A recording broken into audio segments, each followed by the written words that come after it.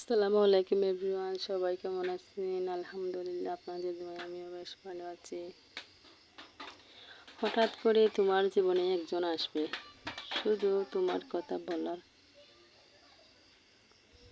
বলার সবিক হবে। তোমার সব দুঃখ কষ্ট ভাগ করে নেবে, তোমাকে সাহস যোগাবে, তোমাকে ছোটোখাটো বিষয়ে সান্ত্বনা করবে, তোমাকে রোদে পড়তে শেখাবে, বৃষ্টিতে ভিজতে শেখাবে, দিনের পর দিন রাতের পর রাত কথা বলবে, তোমাকে নতুন করে বাঁচতে শেখাবে। তখন তোমার মনে হবে, হ্যাঁ, এরকম একজনকে আমি চেয়েছিলাম। অনেক বছর অপেক্ষা করার পর আমি তোমাকে পেয়েছি, আমার পাশে আছে একজন। তারপর যখন মানুষটা কথা বলার অভ্যাস হয়ে যাবে, তখন হঠাৎ করে মানুষ বদলে যাবে, তোমাকে ব্যস্ততা দেখাবে। সারাদিন অপেক্ষা করার পরে একটা মেসেজ বা কল আসবে না। তুমি বারবার ফোন চেক করবে, কিন্তু তোমার অপেক্ষা করা থেকে যাবে।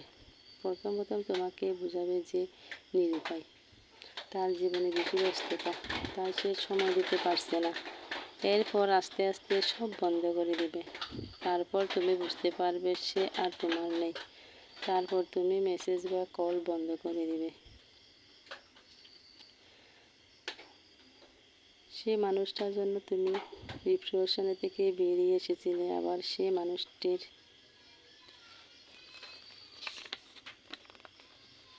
জন্যই তুমি আবার আরও গভীর ডিপ্রেশনে চলে যাবে।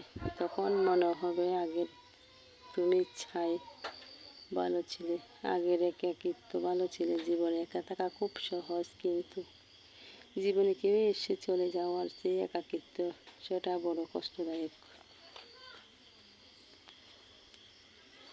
এদিকে আপনাদের সাথে কথা বলতে বলতে আমি রান্না বান্না শেষ করতেছি। আমি গরুর মাংস রান্না করতেছি। আমার গরুর মাংস এগুলো আস্তে আস্তে হয়ে যাচ্ছে। আলু দিয়ে রান্না করবো, এই জন্য আলুগুলো ছিলে নিলাম।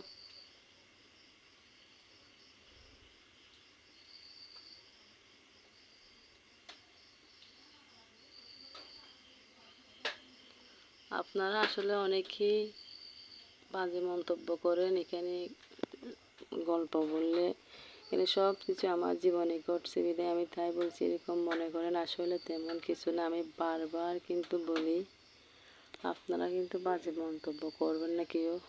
আমার ভিডিও আপনাদের যদি ভালো না লাগে থাকে অবশ্যই এড়িয়ে চলবেন। আর যদি আপনাদের ভালো লাগে থাকে, লাইক কমেন্ট করবেন। এতক্ষণ আমার সাথে থাকার জন্য ধন্যবাদ। সবাই ভালো থাকবেন। আল্লাহ হাফিজ।